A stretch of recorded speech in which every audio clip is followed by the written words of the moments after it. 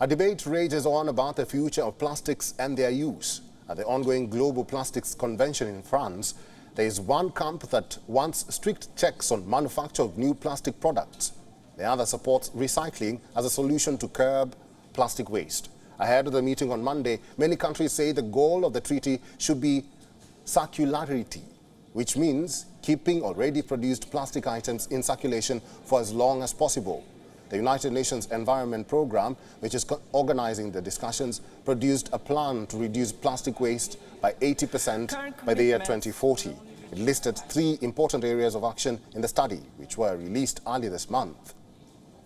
Crisis of climate change, the crisis of nature and biodiversity loss, and yes, the crisis of pollution and waste. People in the poorest nations and communities, they suffer the most.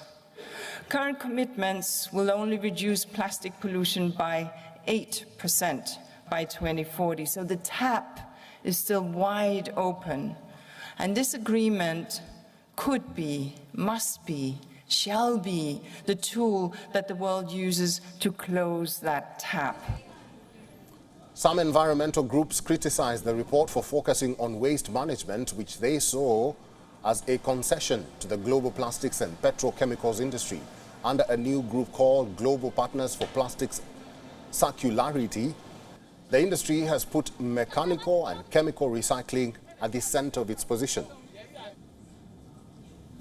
In concrete terms, the mandate that was given by the General Assembly of the United Nations is a mandate to draw up a treaty that is binding. So it is really a step forward that can be a major one, if the text is not stripped of its intentions.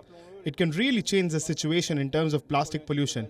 And let's remember that plastic pollution is not just an issue affecting whales and dolphins. It is a human health issue, a social justice issue, a human rights issue. During the first round of talks last November in Uruguay, countries set an ambitious deadline of having a legally binding treaty ready within a year.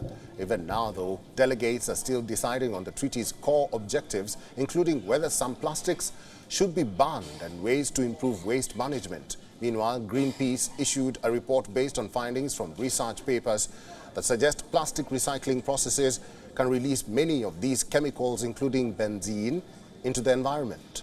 While the United States is not a coalition member, a State Department official said that it shares the group's ambition, but favors an approach in which countries develop their own national action plans. The U.S. plans with UNEP this week to announce a grant to help developing countries take immediate action on plastic pollution.